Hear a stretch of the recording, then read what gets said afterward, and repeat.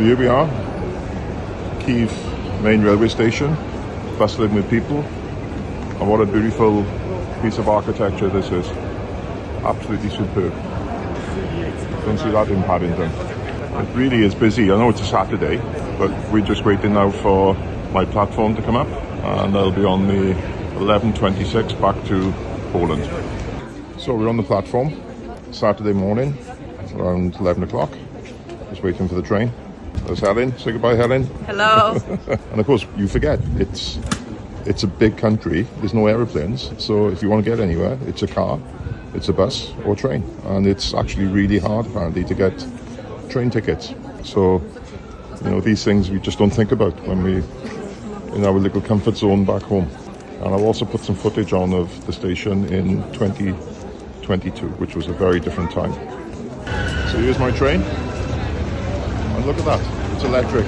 So you can't get electric from London to Swansea, but you can get electric from Kiev to Poland. So I'm on the train heading due west, which feels good, although I am sad to leave Kiev and Ukraine. There's so much more to see and so much more to do. Helen tells me that at 7 o'clock this morning there was an air raid siren going off, and I slept straight through, which she says makes me half Ukrainian, which is interesting how quickly you get used to the extraordinary. She also told me that sleeper car that I came on and so pathetically complained about sleeping with 4 people in one car.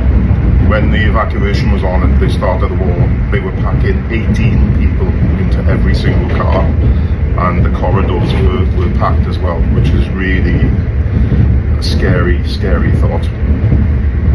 But on the train, I've been looking at Welsh connections to Ukraine, and whilst I'm heading west, in about 1870, a guy called John Hughes was heading the other way to eastern Ukraine.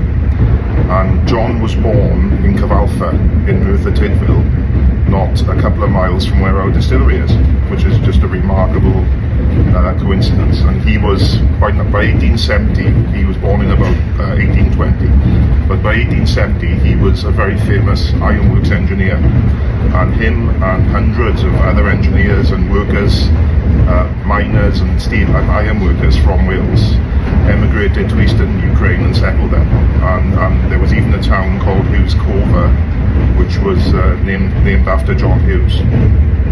So a great piece of history. And then, of course, more later than that, and probably better known, is the story of Gareth Jones. I wonder on this trip now whether I'm actually on the same route that Gareth Jones took from Moscow into Ukraine back in about 1931.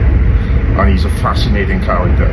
Gareth Jones from Wales, I think from Barry, and he was a reporter and political advisor to Lloyd George, and obviously the famous Welsh Prime Minister from that day. And at the time there was a sort of envy around the world and an amazement about what was seen as the revolution of communism in productive capacity, and Stalin was spreading this miracle story around the world, and people were believing it, people were buying into it. But there were rumours started to circulate that not always as it seemed, and Gareth Jones managed to get himself to Moscow. From there he picked up more rumours of really terrible things that were happening out in the countryside, both in Russia and in Ukraine, and he blagged himself onto a train from Moscow down to Ukraine, and like I say, possibly the same route I'm on now. What he uncovered was just horrific. In Ukraine they called it the Holodomor, which basically led to the starvation of 20 million people across Russia and the Ukraine. And this was Stalin and his regime stealing the wheat, exporting it for cash, and just using that to perpetuate this myth that communism was so great.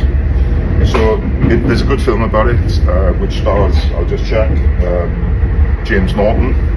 Recent film, I think 2020, simply called Mr. Jones. Well worth watching if you get a chance. just to remind ourselves how brutal that regime was. Mr. Jones was kidnapped in Mongolia just 2 years later, after the story broke in the West, and he broke the story of the lie that Stalin was perpetuating.